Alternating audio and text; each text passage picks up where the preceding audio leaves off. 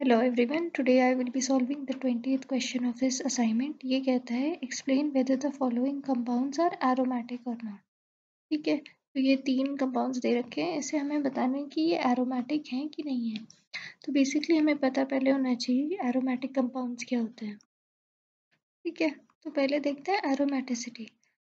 तो aromatic compounds या molecules कौन से होते हैं? एरोमेटिक मॉलिक्यूल्स वो होते हैं जो साइक्लिक होते हैं, कॉन्जुगेटेड होते हैं और 4n+2 पाई इलेक्ट्रॉन्स होते हैं उनमें.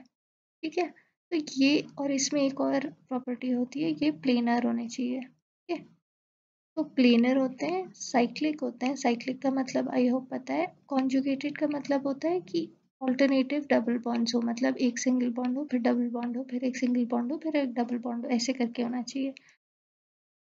उस चीज़ को हम लोग कॉन्जुगेटेड कहते हैं. और सबसे इम्पॉर्टेंट ये वाला जो रूल होता है, जो जिसे हम लोग हकल्स रूल कहते हैं, कि 4n+2 पाई इलेक्ट्रॉन्स होने चाहिए उसमें.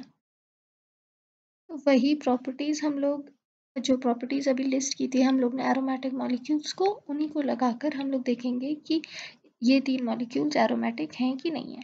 अब हम लोग फर्स्ट कंपाउंड की बात करते हैं, तो यहाँ पर हम लोग देखते हैं कि यहाँ पर ये एरोमेटिक नहीं हो सकता. क्यों? क्योंकि इसमें कॉन्जुगेटेड डबल बॉन्ड्स नहीं है.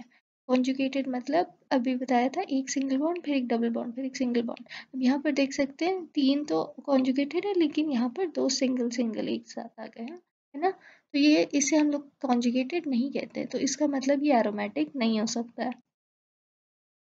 सेकेंड वाला कंपाउंड देखते हैं, तो ये सारे जो हमारा एरोमेटिक कंपाउंड होने के पॉइंट्स है वो सारा फुलफिल करता है. और स्पेशली 4n+2 हाकल्स रूल फुलफिल करता है, राइट.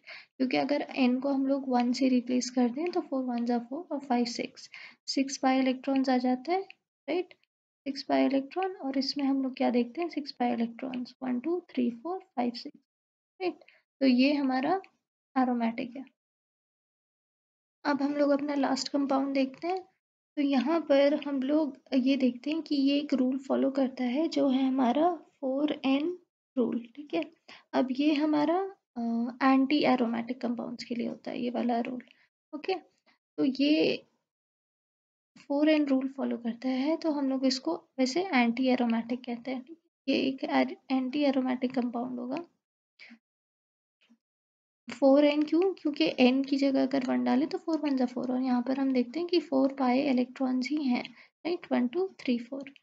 ठीक है, ऐसे करके काउंट करते हैं और हमें पता चलता है कि एंटी एरोमेटिक का के रूल्स फॉलो करता है. एंटी एरोमेटिक और एरोमेटिक के रूल्स दोनों सेम होते हैं बेसिकली, एक्सेप्ट एक डिफरेंस होता है ये रूल्स पे. फॉर इंस्टेंस, एरोमेटिक होने के लिए 4n+2 रूल फॉलो होता है, और एंटी एरोमेटिक कंपाउंड्स जो होते हैं वो 4n रूल फॉलो करते हैं. ठीक है, तो अब क्वेश्चन में तो एरोमेटिक और नॉट पूछ रखा है, तो ये भी नॉट में आएगा. ठीक है, तो हमारा सबसे पहले फर्स्ट वाला कंपाउंड हम लोग क्या कह सकते हैं, इसे नॉन एरोमेटिक कंपाउंड. सेकेंड वाला हमारा एरोमेटिक है, और ये थर्ड वाला हमारा एंटी एरोमेटिक है. ठीक है, तो इसी के साथ ये क्वेश्चन खत्म हुआ, एंड आई होप समझ में आया. Thank you.